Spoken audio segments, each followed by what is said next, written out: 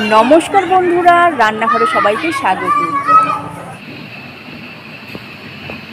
आज शेयर करब एचोड़ेर कोफ्ता कारी किभाबे रान्ना करबे। आशा करी এই রেসিপিটা তোমাদের ভালো লাগবে। তাহলে এচোড়ের কোফতা কারি কিভাবে রান্না করব দেখে নেওয়া যাক আজকের এই ভিডিওতে। এচোড়ের কোফতা রান্নার জন্য আমি এখানে বাজার থেকে এচোড়টা কেটে আনিয়েছিলাম। এচোড়টাকে ভালো করে ধুয়ে নিয়েছি।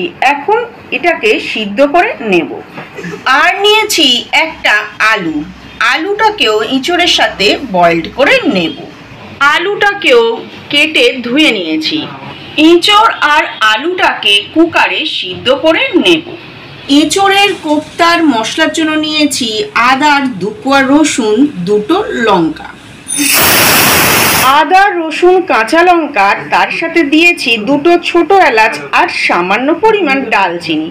এটাকে একসাথে মিক্সির জারেতে দিয়ে দিয়েছি, পেস্ট করে নেব। আদা, রসুন, ছোট এলাচ, ডালচিনি আর কাঁচা লঙ্কাটাকে পেস্ট করা হয়ে গেছে। এচোড় আর আলু সিদ্ধ হয়ে গেছে। এখন এটাকে হালকা ঠান্ডা করে নেব। আলু আর সিদ্ধ করা এচোড়টাকে এখন ম্যাশড করে নেব। এচোড় আর আলুটাকে ম্যাশড করে নিয়েছি। এখন দিয়ে দেব আদা রসুনের পেস্ট, সামান্য চিনি, নুন, হলুদ গুঁড়ো, জিরের গুঁড়ো আর লঙ্কার গুঁড়ো। আর দিয়ে দেব বেসন। এটাকে এখন ভালো করে মিক্স করে নেব। এচোড় আর আলুটাকে মাখা রেডি হয়ে গেছে। এখন এটাকে গোল গোল আকারে পাকিয়ে নেব। গোল গোল করে পাকিয়ে নিয়েছি। এখন তেলে ভেজে নেব। কড়াইতে তেল দিয়ে দিয়েছি আর তেলটা গরম হয়ে এসেছে। ভেজে নেব। গ্যাসটাকে হাই ফ্লেমে করে দিয়েছি। কোফতাগুলো একটা দিক ভাজা হয়ে গেছে। এখন অপর দিকটা উল্টে দিয়েছি। কোফতাগুলো ভাজা হয়ে গেছে। এখন একটি পাত্রে তুলে নেব। ভাজা কোফতাগুলোকে একটি পাত্রে তুলে নিয়েছি। আর বাকিগুলো ঠিক একইভাবে ভেজে নিচ্ছি, গ্যাসটাকে হাই ফ্লেমে করে। সব কোফতাগুলোকে ভাজা রেডি হয়ে গেছে। এখন গ্রেভিটাকে তৈরি করে নেব।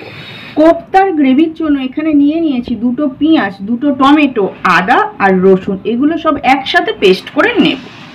আদা, রসুন, পেঁয়াজ, টমেটোকে কুচিয়ে মিক্সির জারেতে দিয়ে দিয়েছি। এখন এটাকে পেস্ট করে নেব।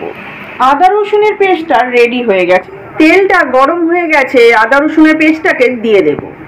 আদা রসুনের পেস্টটাকে দিয়ে দিয়েছি। এখন ভালো করে কষে নেব। আদা রসুনের পেস্টটা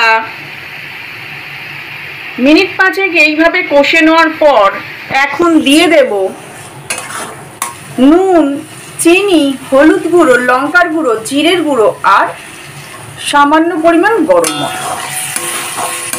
ভালো করে কষে নেব। আদা রসুনের পেস্টটা কষা হয়ে গেছে। আর দেখছো কত সুন্দর তেল ছেড়েছে মশলাটা থেকে। এখন এর মধ্যে জল অ্যাড করব।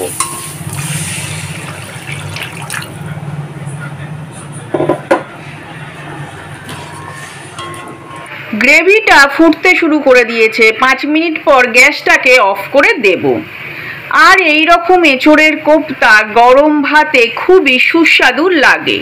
গ্রেভিটা রেডি হয়ে যাওয়ার পর ভেজে রাখা এচোড়ের কোফতাগুলোকে গ্রেভির মধ্যে দিয়ে দিয়েছি।